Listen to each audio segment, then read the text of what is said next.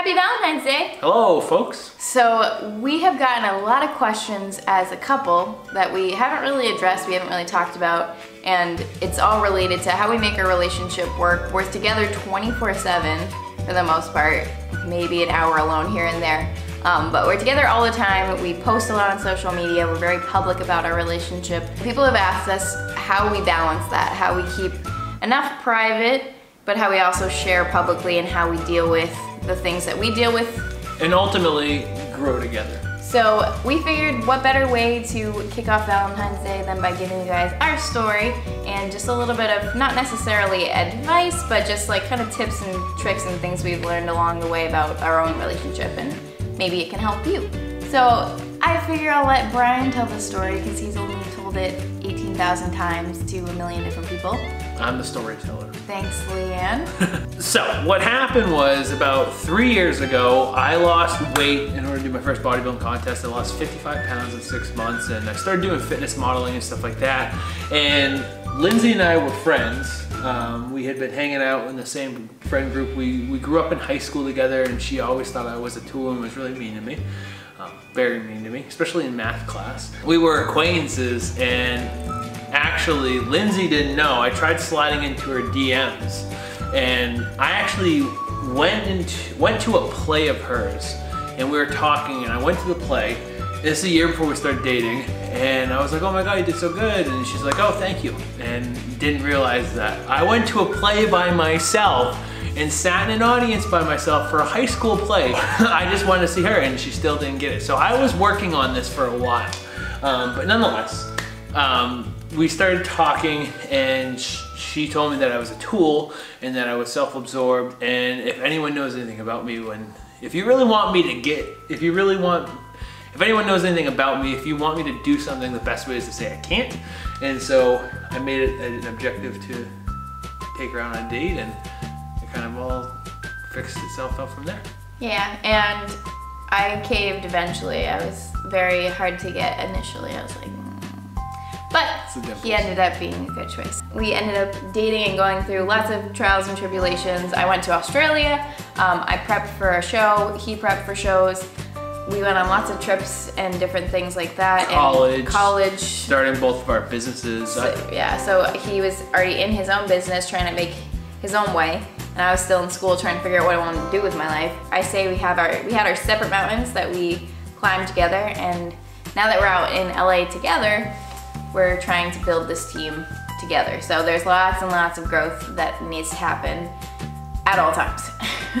I think it's hard now when social media, a lot of people want to feel like they have to put things on, like they're overly affectionate, or they're not affectionate enough. They don't tell their significant other how much they actually mean, or they're trying to fake it. Like, there's been times where, like, obviously, like, we put a lot out on social media.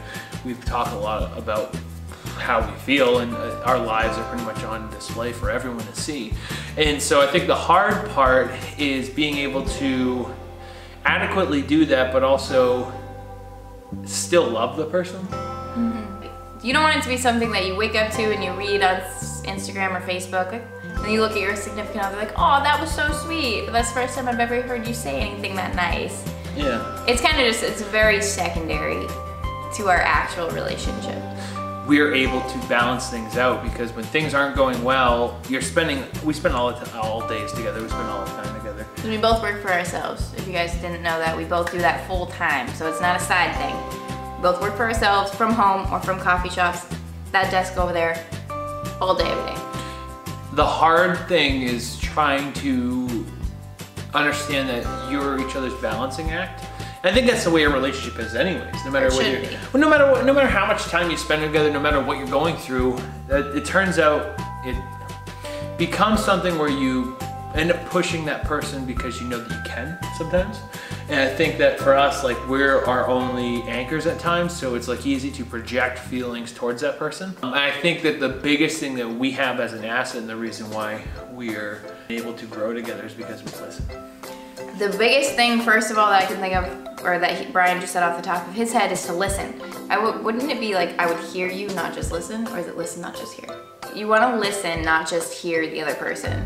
So when Brian's telling me that he's upset with me or upset about something, like I can't take that for face value. I really need to like listen and take in what he's saying and then ask him for more or not assume. So Brian might be upset or repping and roaring or seem very tense, but I have to ask him what's going on. I have to really not guess that what it is. I just have to listen to him and really understand or try to understand what's going on with him before I start to get upset or like his feelings rub off on me type thing.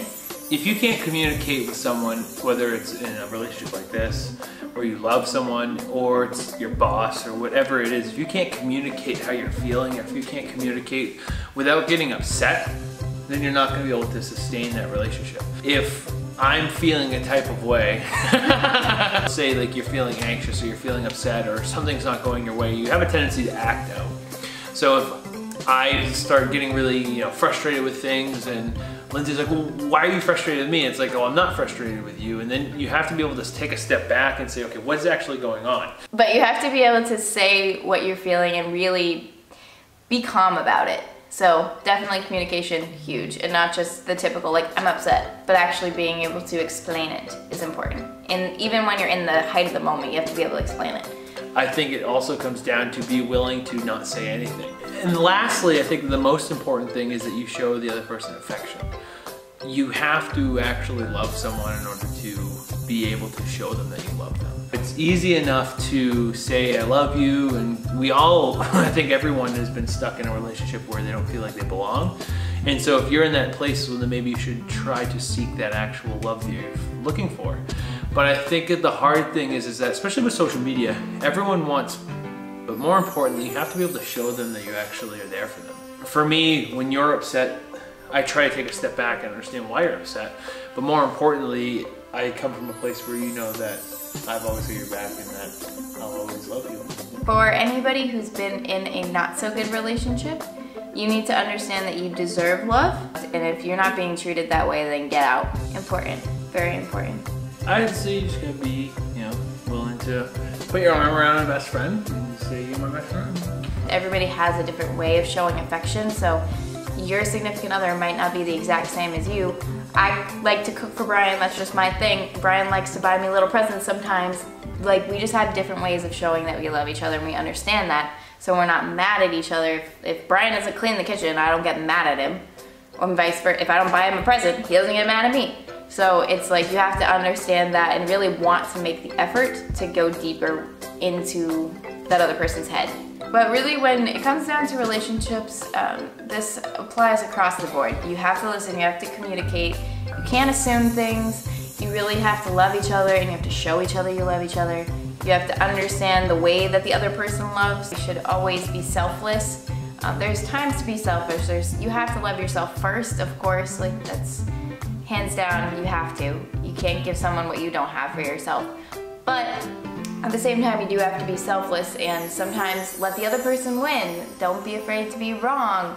All of those things that can also be melded into everything that we just said. That's our take on relationships, at least in the broad overview. So, this is our Valentine's gift to you. We hope some good advice. If you don't have a bud though, it's okay. You have to figure out your own stuff first. Sometimes you gotta just keep digging and you'll find yourself a little bit. We won't make your Facebook feed or Instagram or YouTube feed any more mushy, but hopefully this helps you wherever you're at. So if you like this video, give it a thumbs up. Let us know if it helped you. And also, what are some of the things that you find have helped you with your relationships in the past in the comment section? And give our channels a subscription, thumbs up. And if this is on Facebook, just share it if you enjoyed it. Let your friends see it too. But either way, have a good Valentine's Day, guys, and we will both see you in the next videos.